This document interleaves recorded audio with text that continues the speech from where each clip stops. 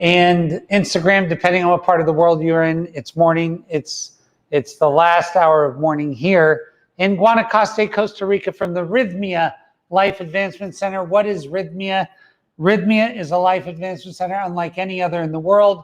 We use ayahuasca, breathwork, meditation, farm-to-table organic food, metaphysical teachings to bring about this amazing result. How amazing is it? Over 18,000 people have been through the doors here. 18,000. And 98.17 say they had a life-changing miracle during their stay. Everybody who leaves here gets that survey. Then at 6 months, there's another survey. And at 6 months, and this is the more important one, at 6 months, 90.22% of the people that have been here say that this was the week that changed their life. Changed their life. Amazing stuff. Because of that, tons of famous people come here.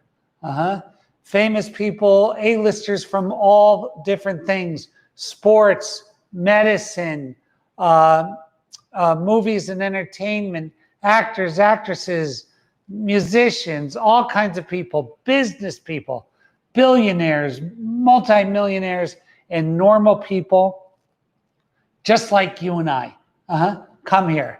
And because of our great success, lots of these types of people came here and wanted to join our board of directors. Who are they? Kelly Slater, the world's most famous and greatest surfer of all time. Cesar Millan, the dog whisperer. Reverend Michael Bernard Beckwith, the founder of the Agape Spiritual Center in Los Angeles. Martin Luther King's son, Martin, who's a civil rights leader and activist in his own right. Ron White, probably the greatest comedian of all time, in my opinion. Tony Ko, founder of NYX Cosmetics and on the Forbes 100 richest self-made women in the world list. Alanya Van Zant from the Oprah Winfrey shows. Jack Canfield, one of the greatest authors of all time, author of the Chicken Soup of the Soul series that sold over 50 million books, right? Frank Biden, Joe Biden's brother on our board, who's a personal friend, an activist and leader in his own right. Mark Kielberger, social entrepreneur, New York Times bestselling author and biohacker, amazing guy. Earl Koski, a big American businessman and a very spiritual person to boot. Brandy Sabella, who's an author and TV show host. Kim Starwood Terranova, who is a Agape spiritual teacher, author, and spiritual leader herself. Dr. Jeff McNary, former director of Passages Malibu, the preeminent addiction center in the world in Malibu, California, and I. Okay, why did these people join this board? Because the stuff that happens here is earth-shattering. It's one of the only places in the world where this type of transformation happens in 1 week. It's just the way it is. It's a wild place. This week, there are 94 guests, and it's Taita Juanito, who's a dear friend, an amazing shaman, amazing Taita. We're having a fun week. Next week, I have Cesar Millan, the dog whisperer, who comes here and helps us out, teaches, and just gets involved, loves this place. So what happens at Rythmia? Well, what happens is you come here and you have this soul merger, and then you decide, because in this soul merger, it's as if all the static goes away. You're crystal clear about who you are. You've had a conversation with God, and God answered, which is a wild thing. And when you watch people have it happen to them for the first time, and they get like, what the F just happened? I've been talking to God my whole life. I never heard it. And it just answered me back. And then from that point on, people's life changed. Why? Because usually up until that point, we're unsure of our existence. We're afraid of dying. And we don't realize what a gift it is to have this this chance to be on earth with a body. It's a gift. It's a true gift. And it's the only game in town. It's the only one. And to have that, what ends up happening to people is when they leave here, they want to become a beneficial presence on the planet. They want to leave the planet a better place than where they found it. And that is the truth. And that event of becoming a beneficial presence on the planet is a lifelong journey. It's a journey. It's a journey just like a plant medicine journey, except you're on it. Why is this? Well, there's attributes to it that are similar to a plant medicine journey. Number one, you're on your own. It's a solo mission. It's you and it. It's you and it, right? So it's a solo mission wrought with challenges, more challenges than you have by sitting on the couch, right? When you get in the game and you decide you want to be a beneficial presence and you get off the liability side of the spreadsheet onto the asset side, where you make a declaration that instead of asking this world what it can do for me, I'm asking myself what I can do for this world. That's a turning point. That's the why in the road. And once you're on it, it's a wild ride. It's a Raiders of the Lost Ark. It's a Temple of Doom. It's this quest and you're on it. It's an adventure beyond all adventures, right? You're on it. And it becomes your journey, right? And this is the most amazing part. And your life goes from the mundane, the average, the feeling of what can I get from everybody, onto abundance. That I'm full of more than I can ever give. I'm a forever giving unit. And I'm just in this giving thing. And life becomes fun. It's scary, you betcha. You're going to make sacrifices? Absolutely. Sacrifices like you can't even believe. Your good name will go.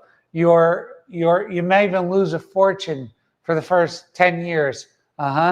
Your name will go. You might experience a little bit of social outcasting. Your old friend network might go away. Your family might think you're crazy. All kinds of stuff. But man, this is it. And why do we take it? I didn't tell you why to take the journey. Number one, because you had the conversation with God and God answered. You got a brand new center. You had a soul merger. You've been to Rythmia, and now you're out giving back. But there's other reasons, right? The other reasons is the end is coming anyway. This body expires. Everybody you know and love will expire. Everything that you ever thought was important will be forgettable, meaning your fights and your grudges and your trials and tribulations that seem overwhelming are going to be forgotten by you because they're nothing.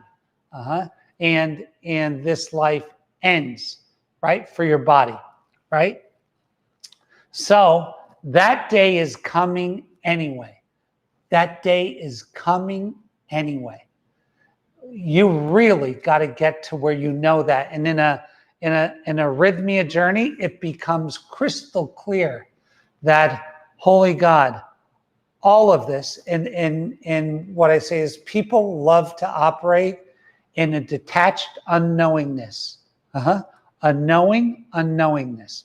In other words, in the background, in their sub, the clock is running and they're in fear because they know that the end is coming. And they also know that everything they have ever loved and cherished is going to be gone. But they won't be aware of it. They'll operate in this position of not knowing and of knowing but not knowing, instead of knowing, which is two different things. I hope you got the distinction there. In other words, I know that every fight that I'm in at the moment is nothing. I know that my children are with me this week. My one son has been here for 3 months, and my other son has been here a week. And I know how much I love them, and I also know that at some point that I will never see them. There will be a day where I breathe my last breath and never see them again. I know that they're the things I love the most in the world, and that they're temporary in my life, as is everything else. So what do I want to do between now and then? Right? What do I want to do in my life between now and when I return this body to the dust? Ashes to ashes, dust to dust. This thing is going back to the earth. What do I want to do? Because that day is coming. So like there's a motivational speakers from the 80s who used to say this. I think his name's Jim Quick. He would say, the cost of investing is high, but the cost of not investing is higher. The cost of doing self-work is high, but the cost of not doing self-work is higher. The cost of doing exercise is high.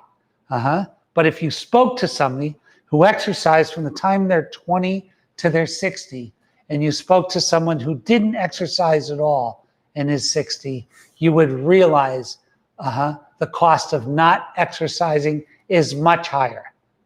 Yep. So I'm going to tell you that the time between now and when you wake up to the very real facts of everything you have come to love, know, and cherish is going to be gone. At some point, there's a day that you played with your friends outside your mom's house for the last time. There's a day that you draw your last breath. And here's the other thing. Some of us will experience great pain as we age because we'll watch all of our friends die. Others of us will be the ones dying. Either way, nobody gets out alive. Nobody. Now your spirit goes on and on and on and on. But you, in this, it's over. So what do you want to do? Do you want to be an asset to everything else that's going on? Or do you want to be a liability? No matter what your understanding of the afterlife is, right? Whether you believe that there's a Jesus or a Buddha or a great presence or a great spirit, or that there's nothing. No matter what your belief is, what do you want to do between now and when you say goodbye to everybody, right?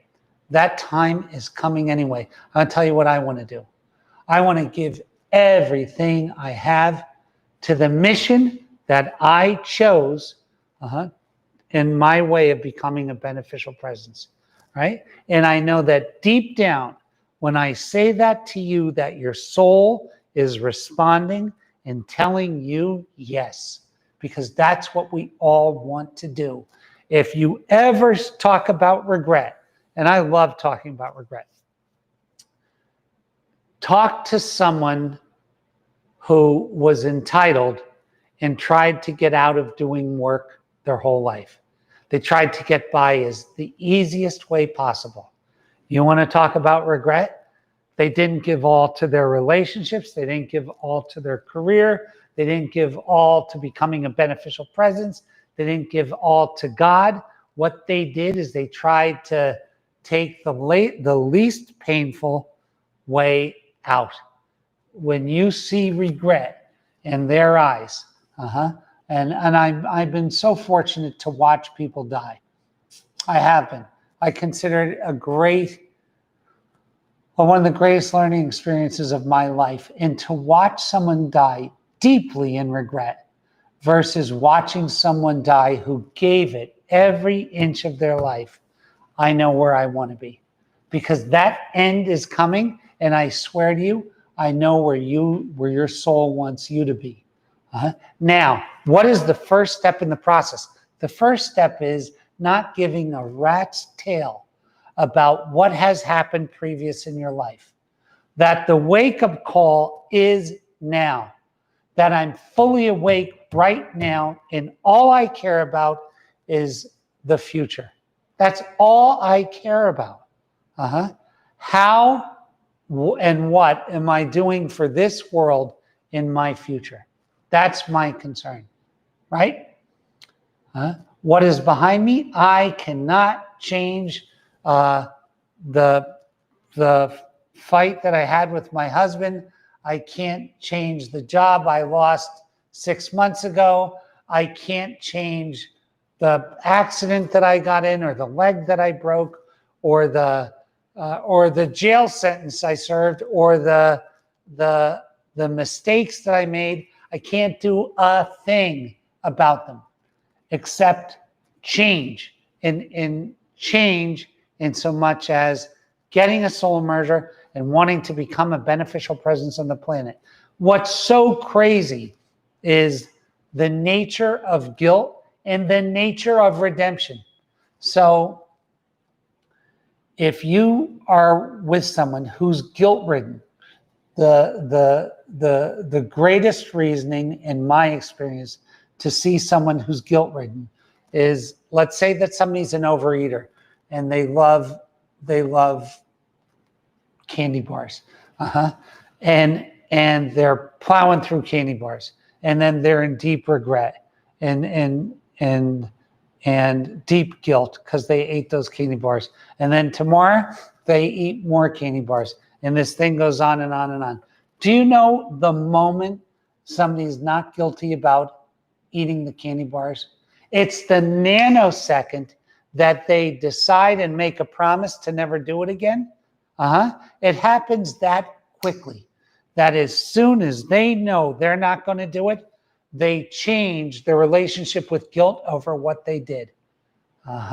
It's the alcoholic who actually made a decision and will never have a drink again and knows it. The guilt from all that is gone. The consequences might not be gone, but the guilt is gone because they know that they're not the same person who did that.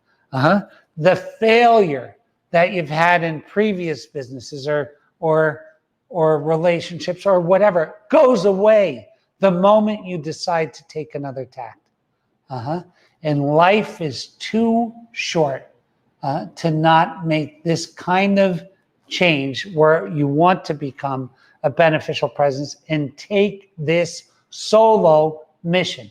And it is a solo mission. It's you and God. That's it. Now, the more forceful you are, I mean, in my little team now, I have 18,000 past guests, and I have 200 employees in this. And we're all moving forward individually between us and God. So there's different levels of grouping. The first is me and God. The second is me and them, right? There's groupings, but the real relationship is you and God. It's the quest. It's really your hero's journey. And the longer you sit on the couch, the longer you eat the potato chips, the longer that you avoid the confrontation with self. The longer that gets postponed, the shorter time you have to achieve that dream. Now, what are some of the byproducts of the dream? Well, some of the byproducts of the dream, the energetic equivalent of mastery, because what happens when you have a soul merger, you pick your lodestar. In other words, you have a clearly defined way in which you want to become a beneficial presence on the planet. In that process, not initially, you obtain mastery. In that process, you obtain mastery. And that feeling of mastery is the money shot. That feeling of mastery, that having that feeling that, oh my God, I am really actually great at this particular thing. And to know how good you are at it in the presence of God, that you're that good at something is a beautiful feeling that I want each and every one of you to feel, but you can't feel it on the couch. You cannot. You got to get in the game. You got to get in the game. And I want to tell you, this is the hope I want to give anybody who's watching this. It does not matter what happened yesterday. It doesn't matter that your mom thinks you're a failure. It doesn't matter that your 7th grade teacher said you were a failure, or your 12th grade teacher, or your college professor, or the neighbor, or the girlfriend, or the husband. It does not matter. It doesn't mean a thing. What means a thing is you realize that all this is coming to an end and you want to make the most of the time that you have. That's the thing that means a thing. And if you do that, you'll come to Rythmia. And by all means, I want you to come here and experience this life-changing event. And it is. Until next week, I want to just tell you, I have 2 books. One is Truthonomics. This is a manifestation book. And one is, I don't know if I can curse on Facebook, Shit the Moon Said. Shit the Moon Said, which is the story about plant medicine and the birth of ayahuasca. The birth of Rythmia through ayahuasca and plant medicine at Rythmia, how this story happened. I want you to get it. More importantly, if you're catching this thing and you're having a hard time, come here and be a part of this thing. Until next week, God keep you, God bless you, and we will see you at Rythmia soon.